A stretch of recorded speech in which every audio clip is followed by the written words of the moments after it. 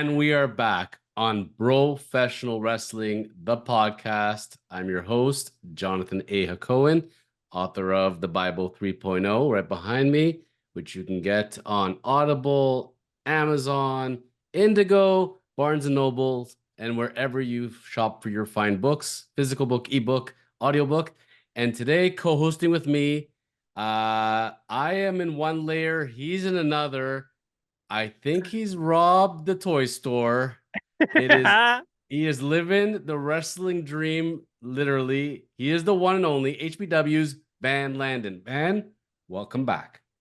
I am so happy to be back. What is up, everybody? It's now my, second recording session go around, but we've had a few episodes. So if you don't know me yet, I am the barn burner. I am Van Landon, professional wrestling's only motocross star. That's for sure. And so Van Landon, I am so happy to be back. Obviously, it's a bit of a different scenery here. I'm coming to you live from Landon's Lounge, population 1 currently. But Jonathan, you're here with me. We're going to have some fun today. When you talk about a man cave, if you look up man cave in the dictionary, you're gonna see Landon's Lounge. That is Yeah. as man cave as it gets. And I love the wrestling on repeat. What are we watching back there? So right now is a classic. WrestleMania 17 coming to you straight from the VHS that it was printed on back in the day. Oh yeah, I'm a collector of VHS. I love all things vintage. I love all things retro. I'm a very nostalgia connoisseur. And so I collect wrestling tapes and I just constantly have them running. And so right now behind me is a great example. And I thought for the special occasion, why not throw on Mania 17? So for everyone watching along, you also got a little bit of a taste behind me of some WrestleMania. Well, you're wearing Surfer Stings glasses back from the 80s and 90s. You got the lava lamp from the 70s with that poster. Oh You got yeah. you got a bit of everything, buddy. So I think you are ready to go. And we got so much to talk about over the next few weeks. And it's going to be all AW for the next 3 weeks. Yes, yes, yes. And we are so pumped. So we're going to jump right in because at the time of taping, we had such a great Dynamite that we had just watched, and all hail the new Elite. I'm loving the EVPs. I'm loving the Scapegoat Jack Perry. Buddy, I think that they've nailed this one. They've hit out of the park. Give me your reaction, please. I am loving this, just like you are. I have been a Young Bucks fan for so long now, since PWG days, since Rosita, since they were doing Ring of Honor, since Bullet Club. And to watch the Young Bucks on the career trajectory that they've taken, which has ultimately led to now AEW, and watching their journey now throughout AEW. Obviously, you can't talk about Young Bucks and AEW without talking about CM Punk. And CM Punk was a man who had some issues with a few different individuals. And to now where we are today in 2024, to have the Elite faction, which has had numerous incarnations, circle back to the anti CM Punk guys. The fans are already going to boo him one way or the other if they have that CM Punk opinion. But now they're a super group, and now they're taking their anger out on the establishment, Tony Khan himself, Kenny Omega. I am on the edge of my seat with excitement for this one. I have my list of questions for you, Van, because you are our AW expert, our AW guru. And I'm gonna go a little bit out of order, but one of the things I did not mention to you, which now I have it's confession time. It's confession time with Van Landon. Can I give you my confession? Let me hear it. Yeah. I never understood the Young Bucks. I detested them in every possible way until they became the EVPs, and now I get it. Now I Oh, fully get it. you They, get they, it. Now that everybody else hates them and thinks they're washed up and useless, is now I like them. And I love the whole succession look gimmick. They're coming off the private plane and Matthew and Nicholas, and they're gonna give you fines. And great job, Tony. Like I love every part of this thing. And the Young Bucks have won me over, and that was not an easy task because I was not a fan. Awesome. I love hearing that. I mean, like I said, I've been following them for so long. And so I've seen hints of this before in the past with them. The Young Bucks are never ones uh to shy away from what people are talking about. They have been known to stir up controversy in the past. I look back to I believe it was 2014 or 2015, and it's talked about in great length in the Young Bucks' own biography, Killing the Business. But they talk about how when they were starting out, all of the traction that they were garnering was due largely in part to negative reactions online, whether it was not shaking hands with Booker T or doing too sweet in their matches. They are not ones to shy away from the elephant in the room. And if anything, they address it, they attack it head on. And that's exactly what we're seeing with the current elite. The other point I have to bring, and I agree with you on all fronts here. So I'm going to bring up another point, and the internet's going to hate me for this, but this is a fact. This is not a spoiler. This is a fact. This is the way I'm seeing this right now, Van Len. This is so big that we are now touching upon something that we have not seen in a long, long time. We are now entering NWO territory. Yes, I said it. Yes, I said it. Oh, You have touched upon something so special. You took out Tony Khan and you are now running the show. I've seen this playbook before. We are now garnering back to NWO land, right? We have Asian Cody Rhodes with the blonde hair and the suit. They're got it all together. They got the scapegoat together after he ran off CM Punk. And it's working for me. And my advice to Tony Khan and the higher to bees at AEW is just remember what blew up the NWO. Do not make several factions of the elite. Do not start letting everybody else in. I'm happy with the four right now, and this is working. And let's ride this thing for a while because I think this is going to grow in traction and traction and traction. And there's so much we can do with this. wow. That's a great point. And to go off the NWO, you had the elite, you had Matt and Nick Jackson, they had Kazuchika Okada. Okay, let's make the comparisons. Hall, Nash, Ted DiBiase from the early NWO. Well, who's the third man? The scapegoat, Jack Perry. It doesn't get much more Hollywood than the son of legendary actor Luke Perry. Jungle Jack, he is Hollywood. He is money right now. That is a fine comparison that I just heard you make. And I like your reservations. We can't have too many members. We can't have the Elite 2000. We need to stick to the guns. They have an opportunity to rewrite in a modern twist the NWO. I would love to see it pan out accordingly.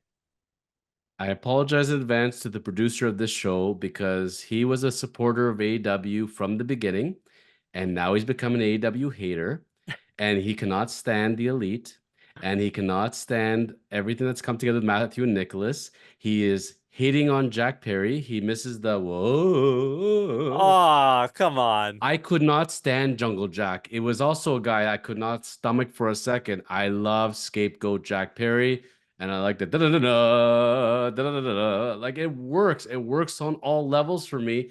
And the fact that so many people hate it, it brings out so much hatred out of them, telling me this is working. And I tend to Yes. like the heels. So Jack Perry, uh, this whole thing ended up working out quite well for him. And everybody was saying they really messed up, including myself, on CM Punk and what went down. But you know what? They figured out we may be able to work around this. And when they put the video out with what the incident with CM Punk and Jack Perry, and it blew up in their face supposedly, And now nobody's even thinking about it anymore because we worked it into a storyline and it's working. There were no loose ends coming out of the airing of the backstage footage with CM Punk and Jack Perry. They tied it together with FTR leading into Dynasty. They've now tied it together with a stable, the New Elite. The only thing that obviously won't ever get resolved unless CM Punk were to come back is the blow off between that match happening. However, CM Punk's back in WWE. So never say never on that AEW possibility happening. But it's not happening anytime soon. We have this focus, we have this edge for Jack Perry. There's an edge for Matt and Nick Jackson right now, and even Okada, who came in with lots of fanfare, expecting, what they had in New Japan, and he switched it up on them, aligning himself with the Elite. And he's going to play an interesting role in the next coming months too. And you can bet that Jack Perry is going to be seeing some gold in his future. It's going to happen. They're all going to have gold. It's going to be beautiful. Maybe they're going to have a female valet as part of this, perhaps. Maybe they're going to get a manager to come and turn. Perhaps Nana's going to join them. Maybe Stokely. That's your $1 million man type guy. There's things that we can do with this. There's pieces there for now. Maybe even Tony Khan's dad is gonna side with the Elite against Tony Khan. There's so much we could do with this. Like, you're getting so excited. So let as we're going to the next topic on here, as far as the Elite and where they're at, and again celebrating this decision. Do you like just generally the whole EVP thing? The part when they before the finishing move and they say EVP, and then they have the monogrammed vests and everything. Is it cheesy or are they making it golden? They're making it golden because I mean the Young Bucks are not afraid to be cheesy. Fast Not fast forward, but let's rewind back to the Jacksonville days in COVID. And the Young Bucks join AEW in the tassels, your standard Young Bucks. They slightly evolved. They had crazy facial hair. They were wrestling in Air Jordans and Dior's, doing crazy stuff like that. And they have always been a team to push the boundaries when it comes to traditional in an appearance sense. They've never just been a team in wrestling trunks. And so now that they're diving into the EVP role and embracing it in their outfits, of course it's going to be over the top. Of course they're going to have the vests and the Dumb and Dumber colored suits and things like that. It's so over the top, but yet it's still so Matt and Nick Jackson. Matthew and Nicholas. That's a fine. That's a Oh, fine. That's a oh, I'm fine. glad I'm not on the payroll because you're right. It would be a fine. That's a fine. Now we're sitting watching Dynamite, having a grand old time. Uh We're going to talk next week more about the patriarchy and what's going on over there. But I just want to throw a little something. The fact that Christian Cage can come in, shake hands with Matthew Nicholas, let them know it's nice doing business with you. I like that they're not making it into super faction, but we're realizing who we're aligning with here. And if there's one heel you want to align with and would fit perfectly, it's Christian Cage and his gangle of posse of people there. He found everybody of different sorts in his patriarchy. I loved it. I thought that really cemented it for me. And I'm like, this is going to be taken seriously now.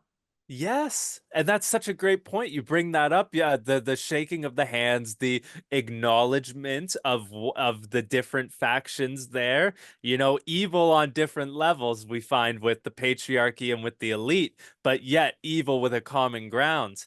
And the fact that they are able to shake hands like that, it goes to show that down the line, where could this lead? Obviously, if Christian's gonna be the head honcho, where does that leave Killswitch and Luchasaurus in a modern Scapegoat Jack Perry scenario? Are they going to cross paths?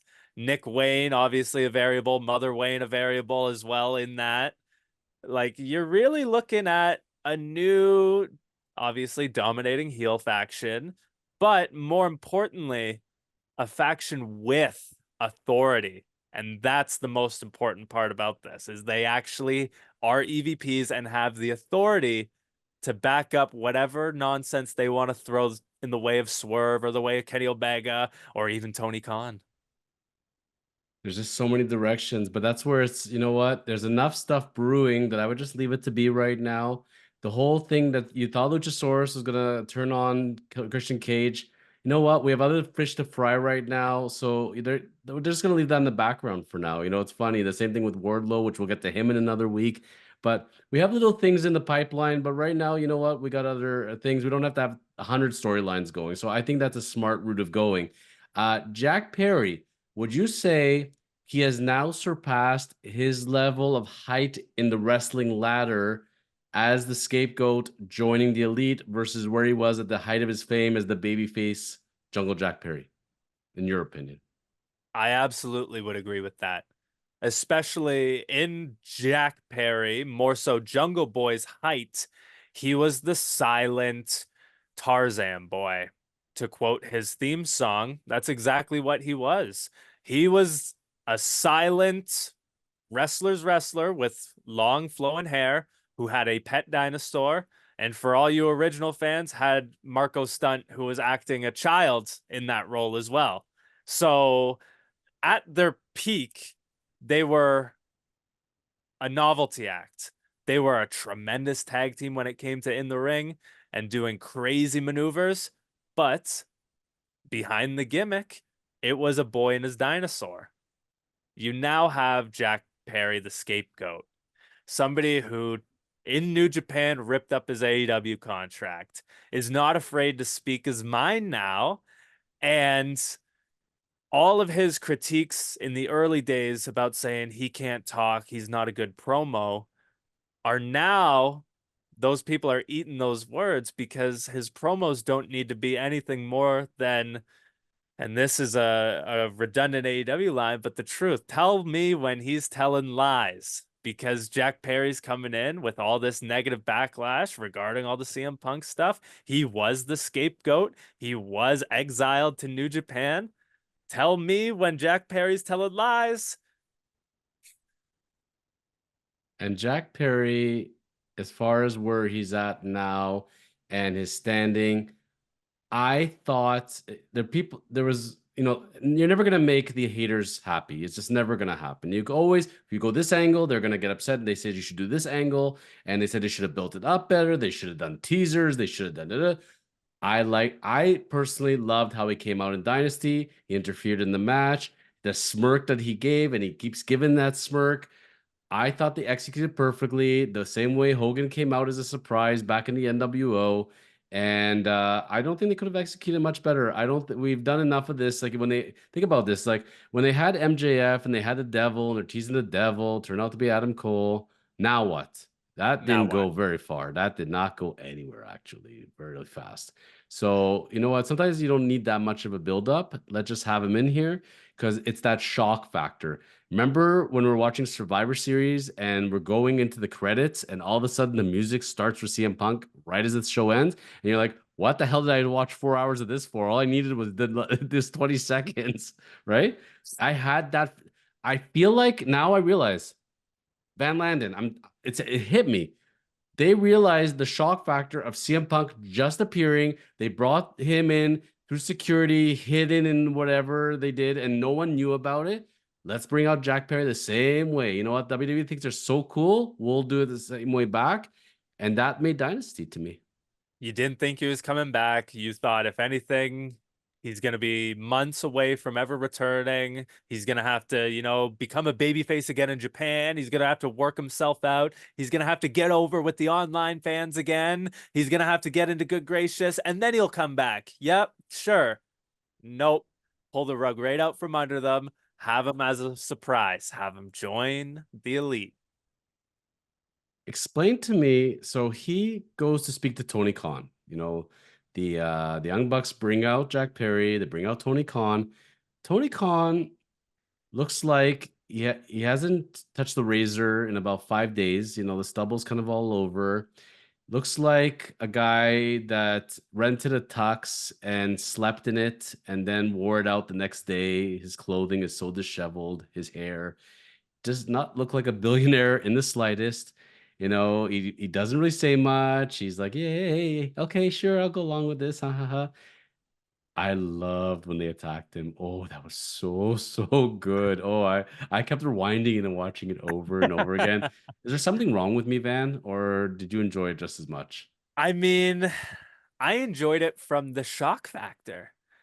Tony Khan is not a wrestler. He never was one, and he's not in a position of power, from a post wrestler standpoint. So for anything physical to happen to Tony is a complete shock factor. And I mean, coming into that whole scenario, TK had draft week ahead of him, so maybe that's why he was a little disheveled. But maybe that also has to play into the fear for his life comments that a lot of the online poked fun of, especially once that footage came out. So for him to enter the ring in the main event of the Daily's Place, Jacksonville Dynamite. So we're tying all this stuff in. This is the building that he owns. Obviously, Shad Khan was there, of course, as well. Uh, and for that to go down, first the Jack Perry attack, total shock factor. Whoa, what happened? But part of you, I'm imagining, Jonathan, and with me as well, is that you sort of sympathized with Jack Perry for his actions. You can reason with him why he has this built up animosity to want to attack his boss. And then Matthew Nicholas, they get involved. And you're like, where is this going now?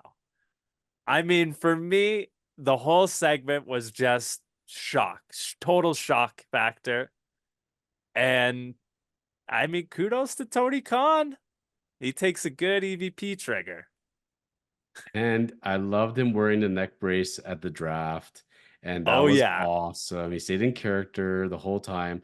But let's be honest, if the Jacksonville Jaguars are relying on Tony Khan and making their drafting choices, that's gonna be a long season, ahead. The only reason he should be there is just look pretty and say hi. Um, So the attack at the end of the day, I think, worked on a lot of levels. And then they pulled off the NWO where they take over the broadcast. Remember that back in the NWO days? So they're copying to a T. And then Kenny Omega, we knew he was going to come out. I'm an EVP too. Didn't work out too well for him. The fact he was going off on the stretcher and he has a real life injury and they threw him down to the ground the way they did, I thought was brilliant. And to the total shock and awe of it all as well. I want to mirror a segment that happened back when Adam Copeland was still retired. He came out on a segment on Monday Night Raw back 2016, probably somewhere around there. And Seth Rollins was at his peak. And they teased attacking the injured neck of Edge with a curb stomp onto the Money in the Bank briefcase. They teased it. They didn't do it, but just teasing it was enough to build up so much uh you know frustration for me watching as a fan, for fans all around the world. They did not want to see a possibly life threatening attack, and Kenny Omega comes out. And if you read online, you know that he has diverticulitis, a very real, very serious injury to the intestines, a lot of impact that, happens to the abdominal region. It leads to severe pain. It's not good. But for the attack to happen, steel chair to the stomach. I believe the EVP trigger as well, if I'm remembering correctly. Just a total beatdown in Winnipeg, in his hometown, when, again, if you were reading online, there was some murmurs that maybe Kenny wasn't even supposed to be there, but because the venue advertised him as going to be there, he made the conscious decision to come and be there. So maybe there's something to that, but also for somebody that is legitimately hurt, legitimately out on injury reserve to come back and to get beaten down like that, that left me speechless. I, if he really has what he has and it's real risk the way they're saying, it's kind of stupid to do what It's a he did. Let's yeah. be What are honest. we doing? That Yeah, if just he he like you can't brace yourself for being thrown off of a stretcher onto concrete. There's no that was not very forgiving, okay? And without an abdominal injury, I would have been in a lot of pain over that. So not yeah. not so bright, but again, it had the shock factor. It legitimizes to me the EVPs, their power. Kenny is defenseless. Tony's stuck in Jacksonville. They're running the show. And to me, it's going to get more aggressive before it gets better. And all I would tell them is don't go too hard too soon. Keep it going slow burn, slow burn, slow burn. And getting back to Tony Khan for a minute, I was curious on your take because the internet tends to focus on certain things said and certain issues, and they just tend to flip out, and that's how they are on the internet. Tony happened to mention about WWE and talking in his interview during the NFL draft, and he called them the Harvey Weinstein of wrestling. Yes, he did. Your reaction to those words, and I'll tell you mine. I mean, that is a very that is a terrible comparison just to even use Harvey Weinstein as a comparison to WWE on any front. That's just that it's people say apples to oranges. That's like apples to zebras. Like you're comparing two separate things. Uh, I thought it was very drastic. I thought what Harvey Weinstein has done is very deplorable and should not be compared to as the WWE. I mean, if you want to throw Vince McMahon's name only to make that comparison, then we're going to be a little bit more apples to oranges. But to call the entire WWE the Harvey Weinstein of professional wrestling, first off, there's no literal way to interpret that. That doesn't make any sense. And there are lots and lots and lots of fantastic people that work for WWE that just got lumped in to a comment like that. Maybe not the best choice of comparison. I would say if he was talking about Vince McMahon specifically, and Vince was running the show, you say Vince specifically. But when you're doing that and you're in the new era, which by the way, since WrestleMania, they continually told us we're in a new era, right? They're pushing a new era, the Triple H era, down our throat, right? But clearly things have changed. You can see as far as the style of camera work and where they're going with it since they've done the merger with UFC. I just found it interesting on one thing because it's again, Tony has the forum, could have done so much with it. That's where he leaves people thinking about. And here's the issue with that. First of all, it causes people to defend WWE yet again, ends up hating on AW even more, doesn't help you that way. And I have to approach the elephant in the room, and we're gonna talk about it. And it's the fact that he did it the exact same time when people are starting to get traction for Vince McMahon because Vince has been selling off all his TKO stock and his non-compete is over apparently in January 2025.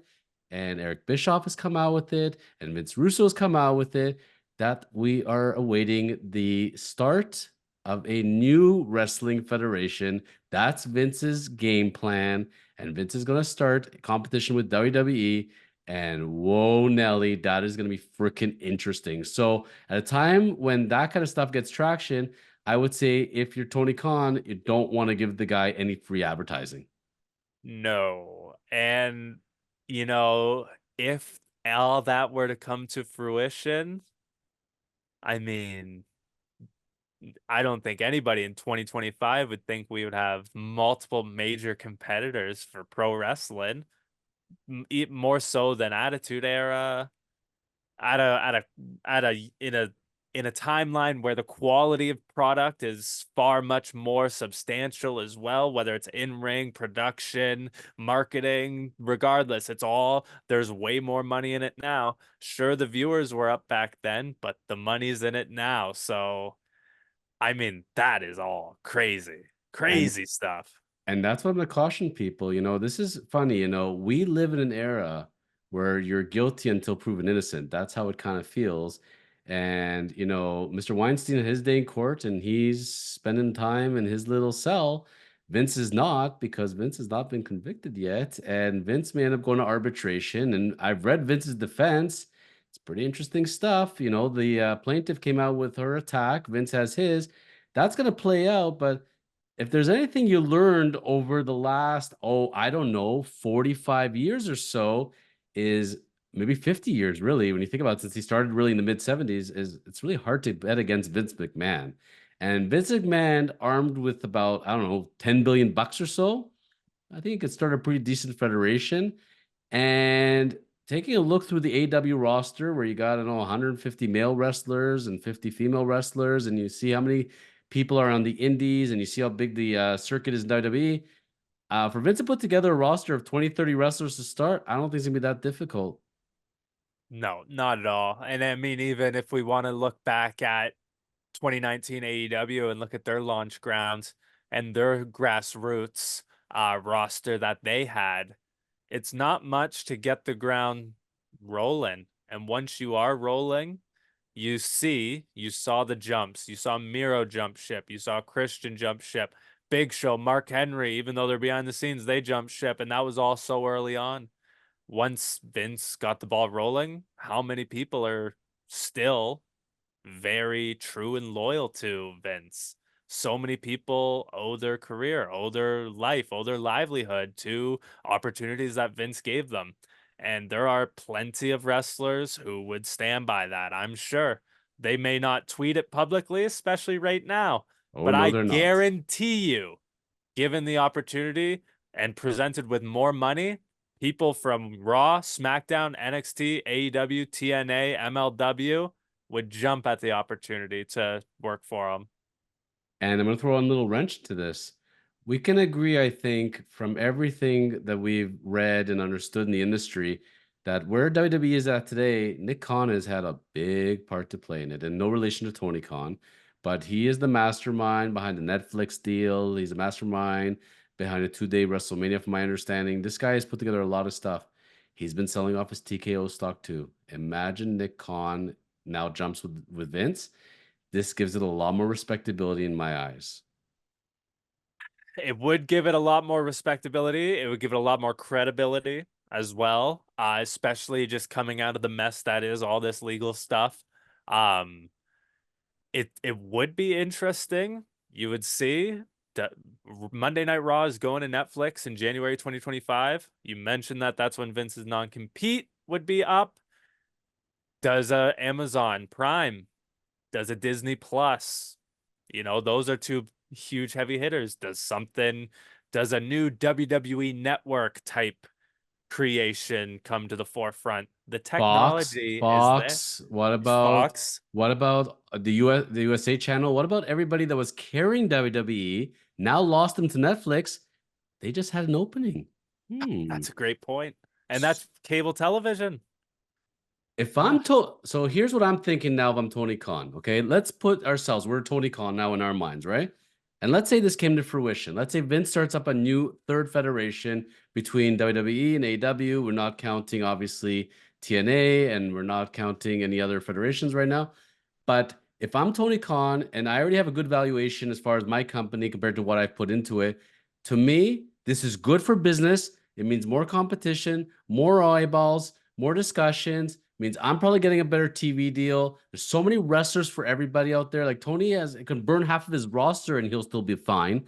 If I'm Tony Khan, I don't think this is a bad thing at all. I'm happy about this. What about yourself? I would agree with that. I think that the competition only brings more eyes to wrestling as a whole. And if it's Vince doing it, I wonder if he brings lapsed fans back with him. Fans from Vince's time when he was on top who are saying, oh, he's starting something up in the same way that Vince tried the XFL twice. How many people are going to just be the curiosity views for it? It's going to be definitely a viable competitor off the start. And if anything, it'll give AEW a fight for seconds to WWE's sort of all encompassing number one. It'll give them sort of an even battlefield as WWE continues to just be the giants global entity that it is. But it would be interesting to see. And you know, Tony Khan, he's not going to be one to shy away from taking shots, especially if it's at Vince, as those shots are going to be very easy to take. Let's say it's called the Attitude Wrestling Federation, AWF, okay?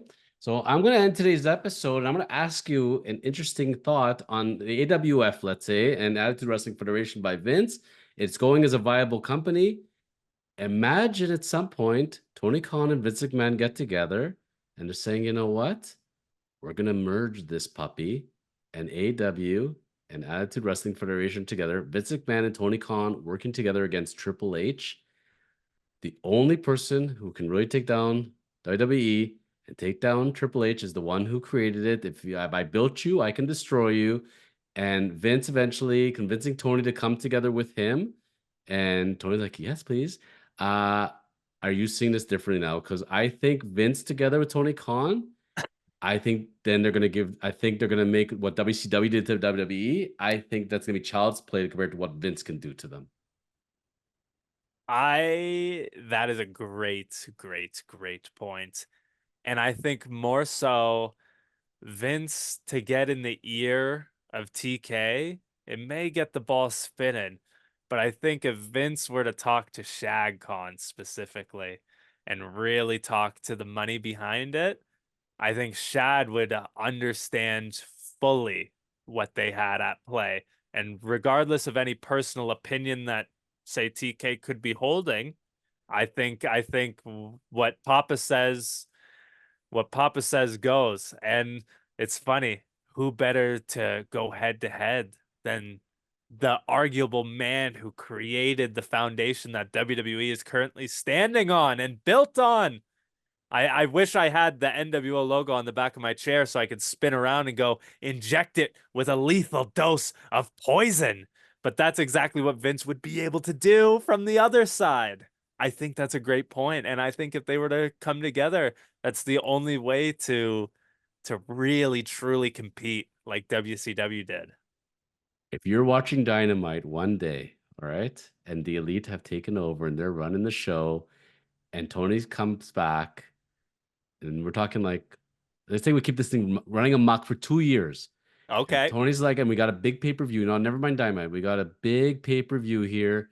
And he's like, I found the one person who's going to take you all down. It's game over now. Vince walks out.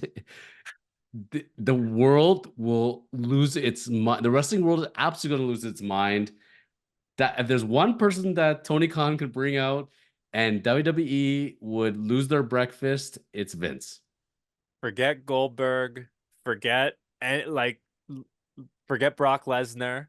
If AEW walked Vince McMahon out on their stage, it's 10x CM Punk going back to WWE. It's 10x. That is so fully unbelievable and just not impossible, just unbelievable that, yes, if that happened, that's money all over it. I want you all listening today to remember May 2024. You heard it here first. And when you go and watch that one day, you'll rewind back to this and you'll say, wow, those guys were not as dumb as I thought they were. This has been Professional Wrestling with Van Landon and Yep. Jonathan A. Cohen. Van, got a big event coming up at HPW, buddy. Big event. Friday, May 10th, HPW Mayhem 5. It's the 5th anniversary of the event. Lots of the HPW stars will be in action. Myself, the Barnburner Van Landen, our good friends, Mason Rush, as well as everybody's least favorite, Careless Dynasty, the tag team champions at HPW. Yeah, no one likes them. Tyler Arrow, the heavyweight champion, as well as Riot champion Evan Greenaway. All of your favorite HPW stars are in action. Be sure to get your tickets early, as these events always sell out. Do not try to play the door. Get your tickets early on Eventbrite. Look up Hamilton Pro Wrestling, you'll find it. And yeah, join us. Join myself and Jonathan, I'll be there. as it's always the best party in Hamilton. And Bruiser will be there. And Bruiser. Bruiser will be there. Bruiser's a fan of the show. He's a big fan of the show. So he's been good. He's come with us a few times, and Bruiser is freaking awesome. And I keep looking on StubHub because buddies keep calling me, hey, can you score me some tickets? I try. You can't even resell them on StubHub. It's a shame because those things would be going for like 1,000 a pop. So Taylor Swift, who? HPW is the hottest ticket in town. Please. We'll be back next week. Van Lennon's going to come back with us. And we got some Swerve Strickland talking to do. And what the heck is going on with him? Swerve!